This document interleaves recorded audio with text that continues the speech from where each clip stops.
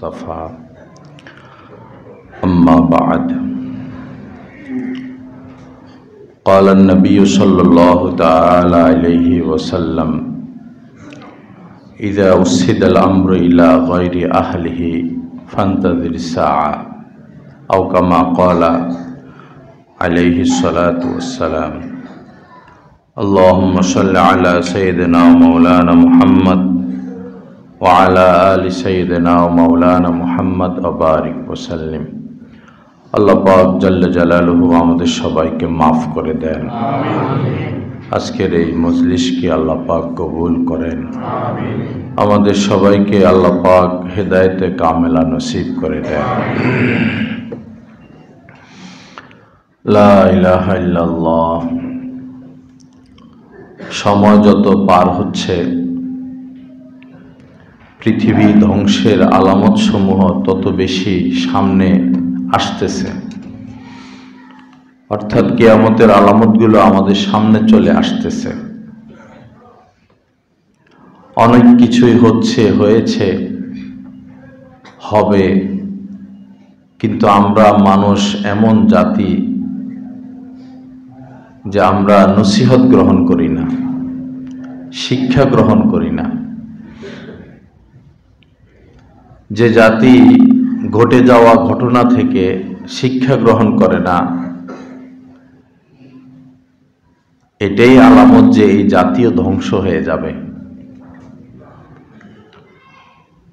কওমে আদ, কওমে সামুদ, এদের কাছে স্পষ্ট ছিল হযরত নূহ আলাইহিস সালামের জাতি ধ্বংস হওয়া, ডুবে মরার কারণ এবং আলামত সমূহ তাদের সামনেই ছিল, তাদেরই বংশের লোক, কিন্তু তারা নসিহত গ্রহণ করলই না, বরং তাদের পথেই হাঁটল। সেই মূর্তি পূজা, সেই দুনিয়াদারি। তা আমাদের অবস্থাও তদ্রূপ। কোনো কিছুর থেকে আমরা শিক্ষা গ্রহণ করি না। কিয়ামত পর্যন্তের জন্য আল্লাহ পাক ফেরাউনের লাশকে অব্যাহত রাখবেন। এটা কোরআনে আল্লাহ পাক বলেছেন। একটা কাফের, সে এত বড় জালেম, এত বড় ক্ষতি সে করেছিল, কিন্তু তার কথা সুন্দরভাবে আল্লাহ কোরআনে এনেছেন এবং বলেছেন যে তোমার এই লাশ কিয়ামত পর্যন্ত আমি রাখব। ফালিয়াউমা নুনাজ্জিকা বিবাদানিকা লিতাকুনা লিমান খালফাকা আয়া। তোমার পরে যারা রাজা বাদশাহ হবে তারা যেন তোমার থেকে শিক্ষা গ্রহণ করতে পারে যে জুলুম করলে পরিণাম পরিণতি কি। এজন্য তোমার লাশকে আমি কিয়ামত পর্যন্ত রাখব। আল্লাহ তো রাখছেন, রাখতেছেন মেডিসিন ছাড়া, কিন্তু না কোনো রাজা বাদশাহ শিক্ষা গ্রহণ করে, না কোনো মানুষ শিক্ষা গ্রহণ করে।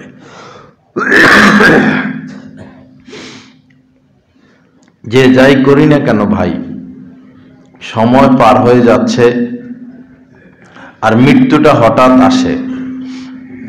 আমাদের আশা আশাই থেকে যাবে, স্বপ্ন স্বপ্নই থেকে যাবে। কাহারও স্বপ্ন কোনোদিন বাস্তবায়ন হয় নাই, কাহারও আশা কখনো পুরা হয় নাই। সাজ্জাদের ব্যাপারে কথিত আছে, এত বড় জান্নাত সে বানালো, তো সে তো নিজের জান্নাতেই ঢুকতে পারে নাই। বহু মানুষ অনেক কষ্ট করে বিল্ডিং বানায়, বিদেশে থেকে থেকে থেকে থেকে মনের আশা বাড়িতে আসবে, নিজের বাড়িতে উঠবে। তো যেদিন বাড়িতে উঠবে সেদিনই আসল বাড়িতে সে চলে যায়। এজন্য হামেশা প্রস্তুতি নিয়ে থাকা, প্রস্তুত হয়ে থাকা। বিশেষ করে লেনদেন, আমার কাছে কারা পাবে, আমি যাদের কাছে পাবো সেটা তো অসুবিধা নাই আখিরাতের বিচারে, কিন্তু আমার কাছে যারা পাবে এই লেনদেন মিটানো এবং এটা লিখিত রাখা বা কাউকে জানাইয়া রাখা, এবং ছুটে যাওয়া নামাজ, ছুটে যাওয়া রোজা এবং জাকাতগুলো প্রতি বছরই যাদের উপর জাকাত ফরজ হয়ে আসতেছে অথচ জাকাত দেয় না। কাহার উপরে 10 বছর ধরে জাকাত ফরজ হচ্ছে, কাহার উপরে 5 বছর ধরে সে জাকাত দিচ্ছে না, এই জাকাত তাকে দিতে হবে। এই নয় যে 2-4 বছর পর আমি যাকাত দেওয়া শুরু করে দিলাম, হয়ে গেল না। পূর্বে যে আপনি দিলেন না ওগুলো দিতে হবে। নামাজ, রোজা, যাকাত, এবং যদি হজ ফরজ হয়ে থাকে দ্রুততর হজ করে ফেলা। হজ করার জন্য বৃদ্ধ বয়সকে বেছে না নেওয়া, যে বয়স হোক, ব্যবসাটা গোছায়া নেই, ছেলে মেয়েকে বিবাহ করাইয়া লই, ঝামেলাটা মিটিয়ে নেই, তারপরে হজ না। আপনি বালেগ, আপনার বয়স মাত্র 15, মাত্র 16, বালেগ হয়ে গেছেন, এখন আসা যাওয়ার মতো ভাড়া আপনার কাছে আছে, আর এই কয়দিন আপনার সংসার চলবে, বস আপনার উপরে হজ ফরজ। জীবনে একবার সমর্থন থাকলে উমরা সুন্নতে মুআক্কাদা। তো এই বিষয়গুলো খুব খেয়াল রাখা। আল্লাহ পাক আমাদেরকে হেফাজত করেন। বিশেষ করে বান্দার হক।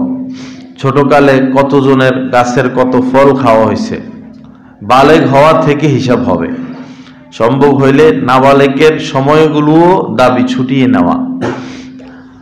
কমপক্ষে বালেগ হওয়ার পর থেকে যাদের হক নষ্ট করা হয়েছে এগুলো মাফ নিতে হবে। লজ্জা বড় বিষয় নয়, জাহান্নামের আগুন বড় বিষয়। জাহান্নামের আগুন, শুধুই আগুন, ডাইনে আগুন, বামে আগুন, সামনে আগুন, পিছনে আগুন।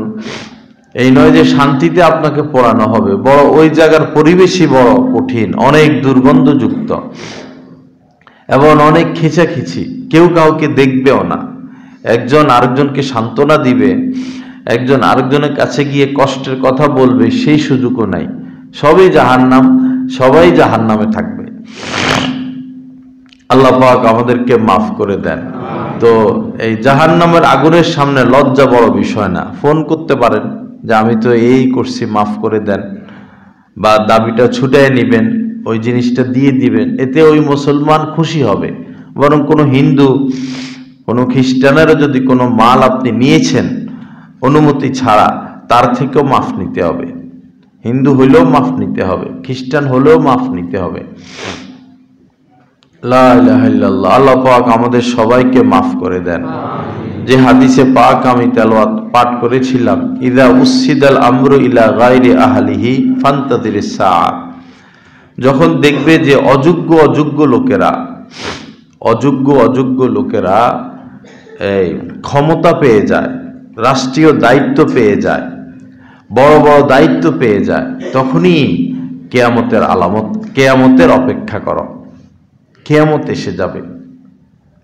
অন্য বর্ণনা এসেছে যে যোগ্য মানুষদেরকে চাপিয়ে রাখা হবে আর অযোগ্যদেরকে উপরে উঠানো হবে। যার দ্বারা সমাজের মধ্যে কাজ হয়, দ্বীনি লাইনে কাজ হয়। দ্বীনি লাইনে তো গন্ডাগোল বদ্দীনি লাইনের তুলনায় কম না। বদ্দীনিতে তো হচ্ছেই, খারাপ মানুষরাই চেয়ারম্যান হয়ে যায়, মেম্বার হয়ে যায়, মন্ত্রী, প্রধানমন্ত্রী পর্যন্ত হয়ে যায়। সমাজের মধ্যে একটা পাপ কাজ, এটা তো সহজ বিষয়, যে আল্লাহকে ভয় করে না সে মদ পান করবে, সে এই মিথ্যা কথা বলবে, সে সুদ খাবে, সে জুলুম করবে, অবিচার করবে, কিন্তু সে চুরি করবে না, কারণ চুরি একটা নিকৃষ্ট পেশা। চোর সবাই চুরি করে না, মদখোরও চুরি করে না, জিনাখোর চুরি করে না, যিনি হত্যা করে সেও চুরি করে না। এটা একটা ঘৃণিত কাজ। সমাজের সবচেয়ে নিম্নতম পেশাজীবী, পেশার লোকেরা চুরি করতে পারে, কিন্তু আমাদের সেই সংসদ ভবনে এত দামি দামি চেয়ারে বসে এই লোকেরা চুরি করে। এরা কত নিকৃষ্ট, কত নিকৃষ্ট এরা।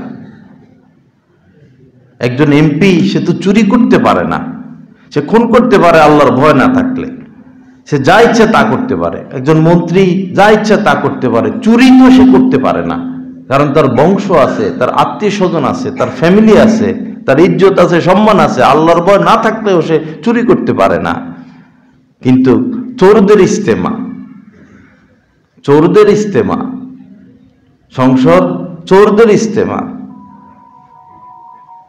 হ্যাঁ, ভালো আছে, সব যে খারাপ সেটা আমরা বলি না, ভালো আছে, কিন্তু আপনারা তো বুঝেন ভালোর সংখ্যা বেশি না খারাপের সংখ্যা বেশি।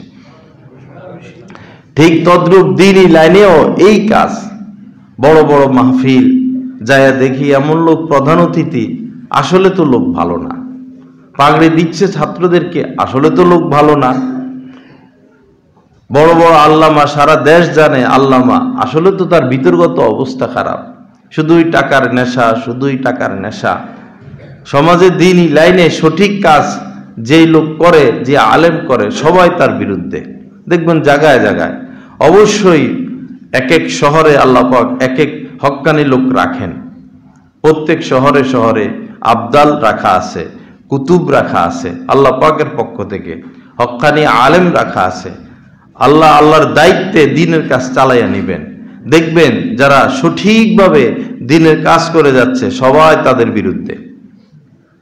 শুধু সমালোচনা, কারণ তাদের পেটে আঘাত লাগে। এতদিন দিন বিক্রি করে খাইতো বিভিন্ন কথাবার্তার দ্বারা, এখন যার দ্বারা সত্য উন্মোচিত হচ্ছে, যিনি সঠিকটা মানুষের সামনে পেশ করা শুরু করতেছেন, তখনই তার বিরুদ্ধে সবাই লেগে যায়। তার এই দোষ, তার সেই দোষ, তার ওই দোষ। এবং কিছু লোক দাঁড়া করিয়ে ফেলে, লবিং করে ফেলে, কারণ তারা দুনিয়াদারদের পা চাটতে পারে। একজন হক্কানি আলেম আল্লাহওয়ালা কমিটির গোলামি করতে পারে না, কোনো ধনী লোকের গোলামি করতে পারে না, কোনো নেত্রীয় স্থানীয় লোকের গোলামি সে করতে পারে না, কারণ সে আল্লাহর গোলাম। একসাথে দুইজনের গোলামি হয় না। যে আল্লাহর গোলামি করবে আবার সে দুনিয়াদারদেরও গোলামি করবে, এটা একজন আল্লাহওয়ালার দ্বারা সম্ভব না। লা ইলাহা ইল্লাল্লাহ। আল্লাহ পাক আমাদের সবাইকে মাফ করে দেন, আল্লাহ পাক সহি বুঝ দান করেন। তো ইদা উসিদাল আমরু ইলা গায়রি আহলিহি ফান্তাযিরিস সা। কলেজ সে লবিং করে, সে প্রিন্সিপালের দায়িত্ব নিয়ে বসে আছে, লবিং।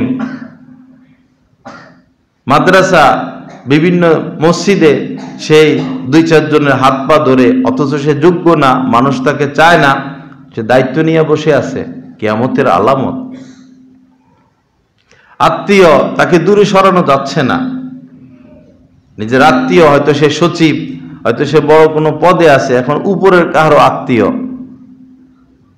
তাকে এখান থেকে সরাইয়া দেওয়া উচিত। সে অযোগ্য, তার দ্বারা কাজ হচ্ছে না, ক্ষতি বেশি হচ্ছে, কিন্তু তাকে সরানো যাচ্ছে না। অনেক ইমামের কথা আমরা জানি, সরানো যাচ্ছে না, অথচ তার দ্বারা, তার উপর তার মুসল্লি সন্তুষ্ট না, লবিং করে বসে আছে। এগুলো কিয়ামতের আলামত। ফান্তাযিরিস সা, তাহলে কিয়ামতের অপেক্ষা করো। আল্লাহ পাক আমাদের সবাইকে মাফ করে দেন। যাই হোক ভাইয়েরা, আল্লাহকে ভয় করি, আল্লাহকে ভয় করি। নিজের দায়িত্ব, যার উপর যে দায়িত্ব, সে দায়িত্ব পুরাপুরিভাবে পালন করি। বিশেষ করে সরকারি যারা কর্মকর্তা কর্মচারী, যারা শিক্ষক, আপনাদের বেতন হালাল করার জন্য, হালাল হওয়ার জন্য আপনাদেরকে আপনাদের দায়িত্ব পুরাপুরিভাবে পালন করতে হবে। দায়িত্বে যদি কমতি আসে, গাফলতি আসে, অলসতা আসে, তো বেতন কিন্তু হালাল হবে না। বেতনটা হালাল করতে হবে। বড় অবহেলিত আমাদের দেশ, বড় অবহেলিত আমাদের দেশের গুরুত্বপূর্ণ পদগুলো, দীর্ঘদিন থেকে অবহেলিত। যোগ্য লোক সেখানে বসার সুযোগ নাই। অবশ্যই যোগ্য লোক আছে এই দেশে। স্বরাষ্ট্র মন্ত্রণালয় চালানোর মতো, পররাষ্ট্র মন্ত্রণালয় চালানোর মতো, সচিবের মতো গুরুত্বপূর্ণ দায়িত্বগুলো চালানোর মতো লোক অবশ্যই আছে। ওই যে বর্ণনা আছে, যোগ্য লোকদেরকে চাপিয়ে রাখা হবে, অযোগ্য লোকদেরকে উপরে উঠানো হবে। সেই জামানা চলতেছে। লা ইলাহা ইল্লাল্লাহ। আল্লাহ পাক আমাদেরকে মাফ করে দেন। যাই হোক, যার উপরে যে দায়িত্ব, সেই দায়িত্ব পুরোপুরিভাবে পালন করে।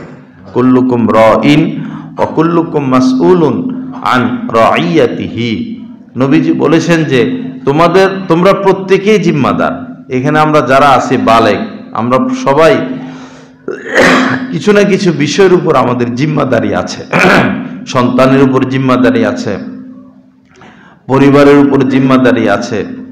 আপনি যদি আপনার আন্ডারে কেউ চাকরি করে, তাদের উপর জিম্মাদারি আছে।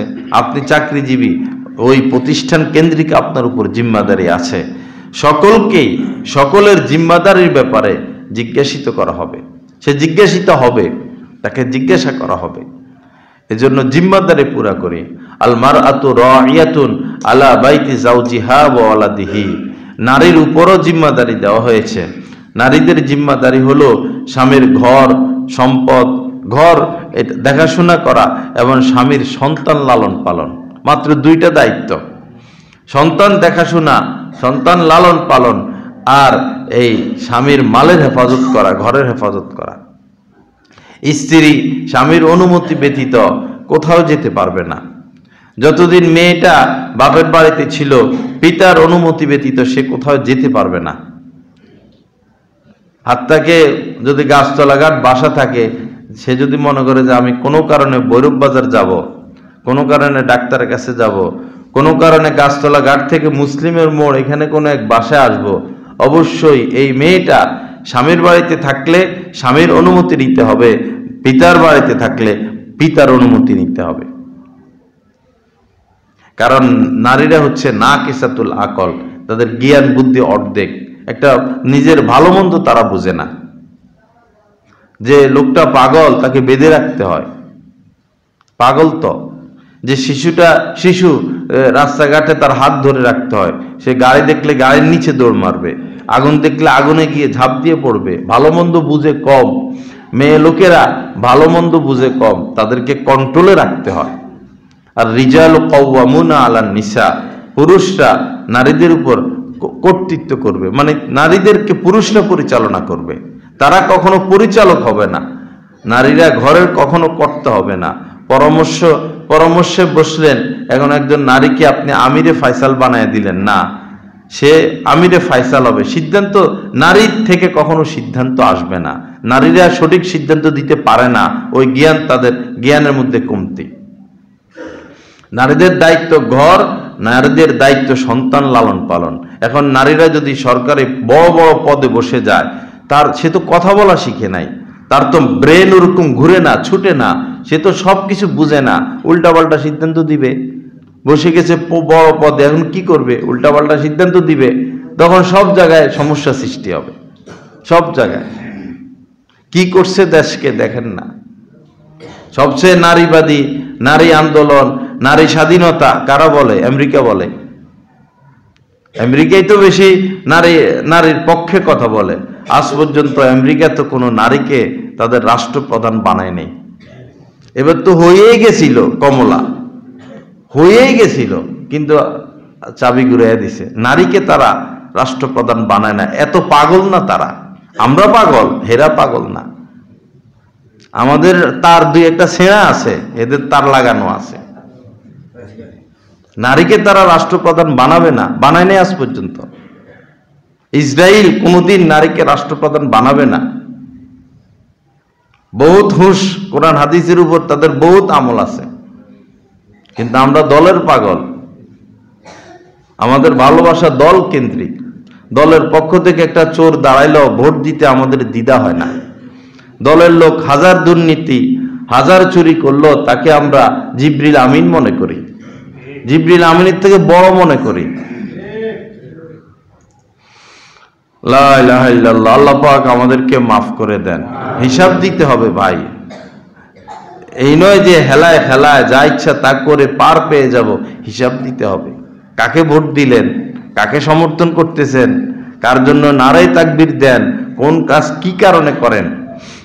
যারা পোস্টারে আলেমদের উপরে নাম দিয়ে দেয় সাধারণ মানুষদের, এদেরকে হিসাব দিতে হবে। বিভিন্ন ওয়াজ মাহফিলে আলেমদের উপরে তো কোনো আওয়ামের নাম আসতে পারে না। মাত্র 5,000 টাকা 2,000 টাকা হয়তো সে দিবে, তাহলে 10,000 টাকা দিবে, অথবা গোলামি 5 আটা চাকরি।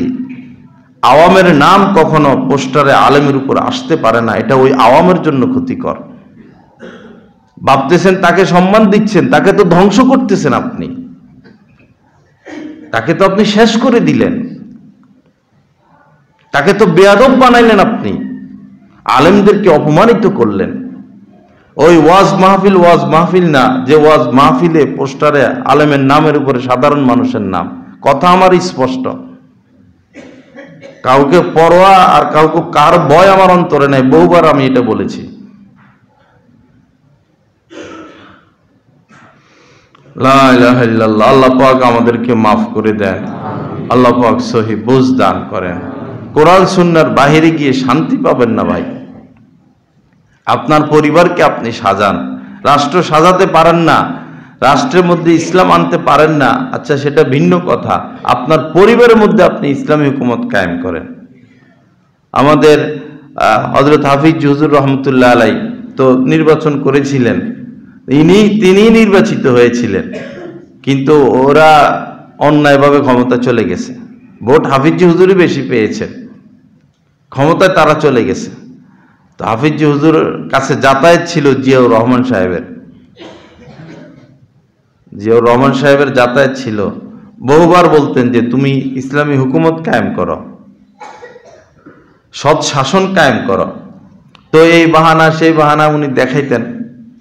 পরে একদিন জামা টান দিয়ে, এভাবে জামা টান দিয়ে বলছেন, তো দেশে ইসলামী হুকুমত কায়েম করতে পারো না, তোমার শরীরের মধ্যে ইসলামী হুকুমত কায়েম করো, তোমার দেহের মধ্যে ইসলাম আনো, তোমার ঘরের মধ্যে ইসলাম আনো।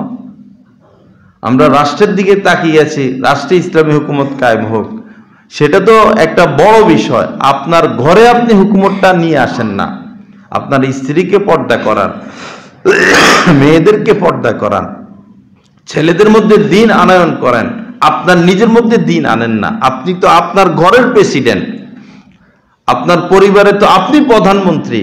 সারা বিশ্বে, সারা দেশে ইসলাম আসলো কি আসলো না, এটার জন্য আপনি দায়ভার না, জিজ্ঞাসিত হবেন না। আপনার ঘরে আপনি ইসলাম হুকুমত যদি কায়েম করতে না পারেন, এটার জন্য আপনি জিজ্ঞাসিত হবেন, ধরা খাবেন।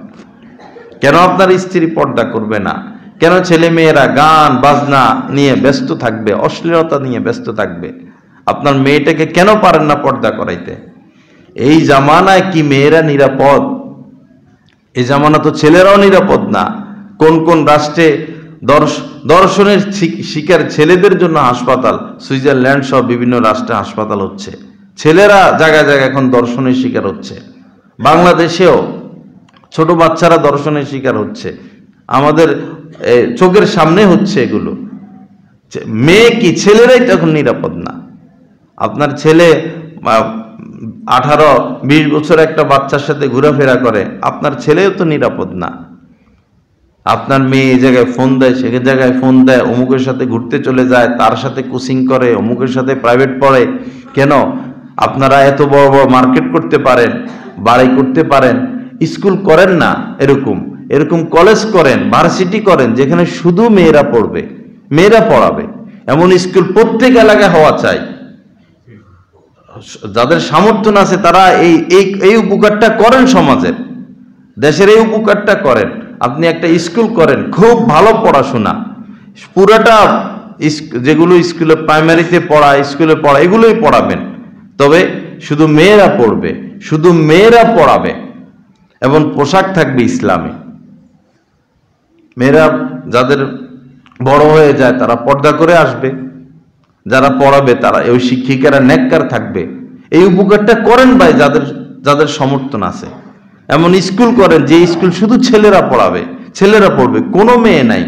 এবং যে ছেলেরা পড়াবে ওস্তাদ, তারা দিনদার হবে, তারা সুন্নতি লেবাসওয়ালা হবে, ছাত্ররাও সুন্নতি লেবাসওয়ালা হবে। পড়ালেখা ওইটাই, পড়ালেখা আরো ভালো হবে। শুধু লেবাসটা, নিয়ম কানুনটা কোরআন সুন্নাহ মোতাবেক চালাইয়া দিবে, বস। তাহলে সচিব হবে, সে ওসি হবে, সে ডিসি হবে, সে এসপি হবে, নেককার। ওসি যদি নেককার হয়, পুরা থানার মধ্যে নেকের আসর পড়বে। ডিসি যদি নেককার হয়, পুরা তার এরিয়ার মধ্যে কোনো অপরাধ চলবে না, কোনো অন্যায় চলবে না। কিছু ভালো কাজ করি ভাই সবাই মিলা, শুধু নিজের টাকা পয়সা, ব্যাংক ব্যালেন্স, নিজের চাকরি, এত ছোট কাজের জন্য আল্লাহ আমাদেরকে সৃষ্টি করে নাই ভাই। যে ছোট কাজে আমরা ব্যস্ত, নিজের ব্যালেন্স, নিজের সম্পদ, নিজের বাড়ি, নিজের টাকা পয়সা, এই এত ছোট কাজের জন্য আমাদেরকে তো আল্লাহ সৃষ্টি করে নাই। আল্লাহ সৃষ্টি করেছেন উখরিজাত লিন-নাস, মানুষের কল্যাণার্থে, দেশের কল্যাণার্থে, বিশ্বের কল্যাণার্থে, মানবতার কল্যাণার্থে আল্লাহ পাক আমাদেরকে সৃষ্টি করছেন। আমরা মানবতার দিশারি, মানব জাতি আমাদের দ্বারা পুনরুদ্ধার হবে, তাদের সুন্দর ব্যবস্থাপনা হবে, তারা সঠিক রাস্তা পাবে, আরামের জিন্দেগি পাবে। এজন্য আমাদেরকে আল্লাহ পাক সৃষ্টি করছেন। কি নিয়ে আমরা ব্যস্ত? শুধু ব্যবসা বাণিজ্য, শুধু টাকা পয়সা, শুধু বন্ধু বান্ধব, শুধু আড্ডা বাড্ডা, খাওয়া দাওয়া, ছেলে মেয়ে, এত সংক্ষিপ্ত পরিসরে জীবনটাকে শেষ করে না দেয়। পরিধি ভাড়াই নিজের কর্ম ব্যস্ততার পরিধিকে আরো বাড়াইয়া তুলি। কিছু নাগরিক কিছু কাজ করি, জনগণের জন্য কিছু কাজ করি। সরকার জনগণের জন্য কিছু করবে বলে মনে হয় না, পরিস্থিতি খারাপ। শুধু ওই চেয়ারটা, কোন জালেমে যে বাংলাদেশের চেয়ার এটা বানাইলো চুম্বুক দিয়া, আল্লাহ ওই লোকটারে হেদায়েত দেয়।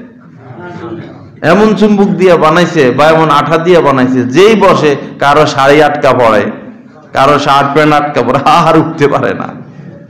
বসে শুধু কেমনে আজীবন বসে থাকবো এই দান্দা। রাষ্ট্রের কি হচ্ছে, জনগণের কি হচ্ছে, জনগণের কি উন্নতি করলাম, একটা দিন চলে গেল, এক মাস চলে গেল, আমি ক্ষমতায় বসলাম, একটা বছর চলে গেল, তার ভিতরে তো থরথর থরথর করে কাঁপবে যে একটা মাস চলে যাচ্ছে, রাষ্ট্রের জন্য আমি কি করলাম। আমি মন্ত্রণালয়ের দায়িত্বে, আমি চেয়ারম্যান, আমি মেম্বার, আমি এমপি, একটা মাস চলে গেল, 2টা মাস চলে গেল, কি করলাম জনগণের জন্য। তার ভিতরে তো কোন এমপি মন্ত্রী ভিতরে তো এই ফিকিরটা দেখলাম না। কথা তো বলতে পারে না, এই যে মাইক নিয়ে দাঁড়ায়, আমাদের মক্তবের বলাবান যেরকম সুন্দর করে কথা বলে, আমরা কি কথা বলতে প্রস্তুতি নিয়ে আসি মিম্বরে? স্বাভাবিক কথা বলি।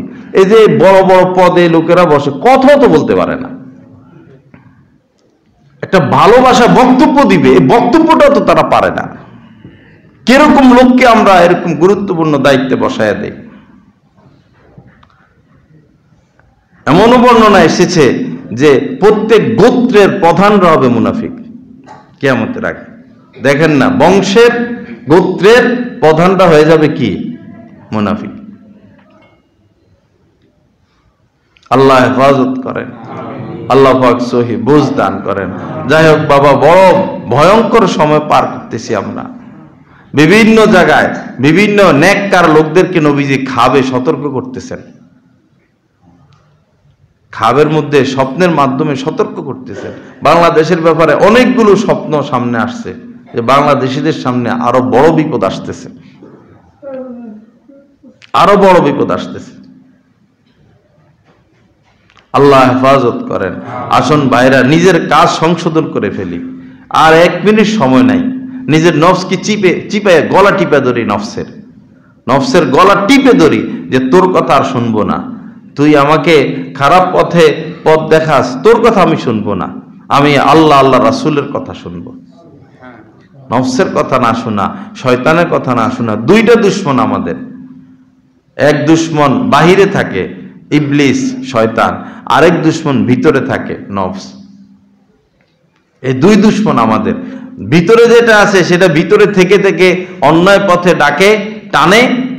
আর ইবলিস তো আছেই, সে এবং তার যত সহযোগী আছে এরা আমাদেরকে বাহ্যিকভাবে বিভিন্নভাবে পাপের দিকে টানতে থাকে। এই 2 দুশ্মনের কথা না শুনি। আল কাইয়িসু মান দানা নাফসাহু ওয়া আমিলা লিমা বাদাল মাউত।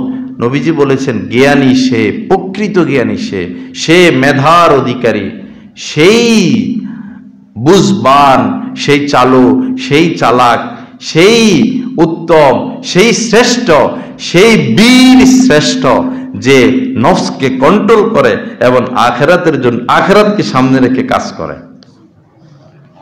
বীর শ্রেষ্ঠ পদ সুদখোরকে দিলে বীর শ্রেষ্ঠ পদের বদনামি করলেন আপনি। ঘুষখোরকে দিলে বীর শ্রেষ্ঠ পদের বদনামি করলেন।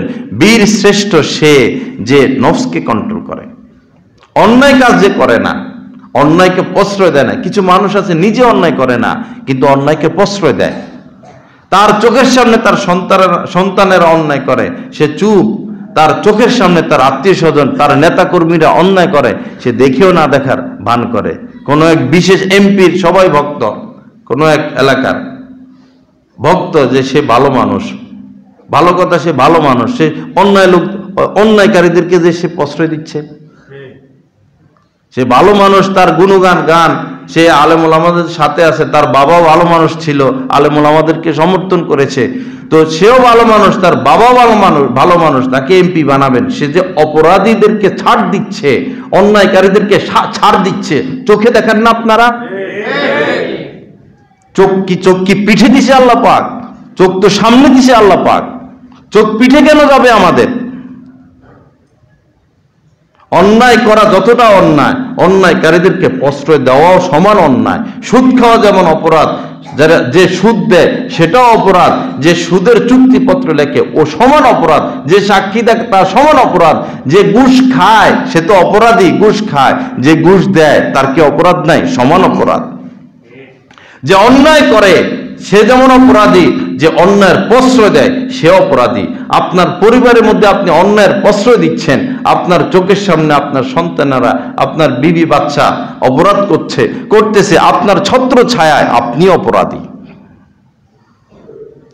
আপনি বংশের নেতা, আপনার বংশের নাম দিয়ে অন্যরা অন্যায় করে যাচ্ছে, আপনি চুপ, আপনি অপরাধী। আপনি বড় নেতা, অপরাধ করেন না ভালো কথা, কিন্তু অপরাধীদেরকে চিনেন, জানেন কে কি করে সব শুনতেছেন, চুপ, আপনি চুপ, দেখেও না দেখার ভান করতেছেন, আপনি অপরাধী। লা ইলাহা ইল্লাল্লাহ। আল্লাহ পাক আমাদের সবাইকে মাফ করে দেন, আল্লাহ পাক সহি বুঝ দান করেন, আল্লাহ পাক আমাদেরকে হেদায়েত দান করেন।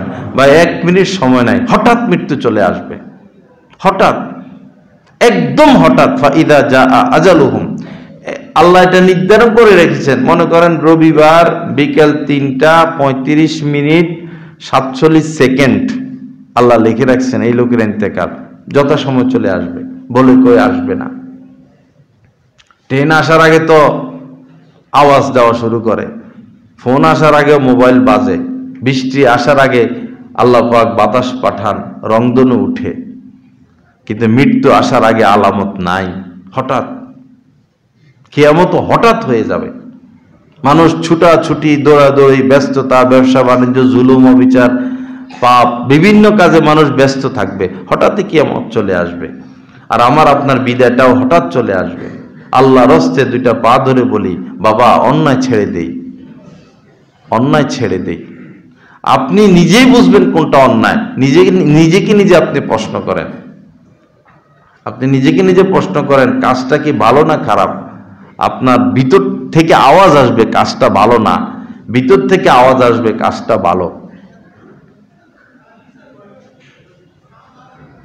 আল্লাহ পাক আমাদেরকে ভালো মানুষ হওয়ার তৌফিক দান করেন, ভালো মানুষদের পাশে থাকার তৌফিক দান করেন, ভালো মানুষদেরকে সমর্থন করার তৌফিক দান করেন। ওয়া আখিরু দাওয়ানা আলহামদুলিল্লাহি রাব্বিল আলামিন ওয়া সাল্লাল্লাহু আলা নবিয়িল কারীম।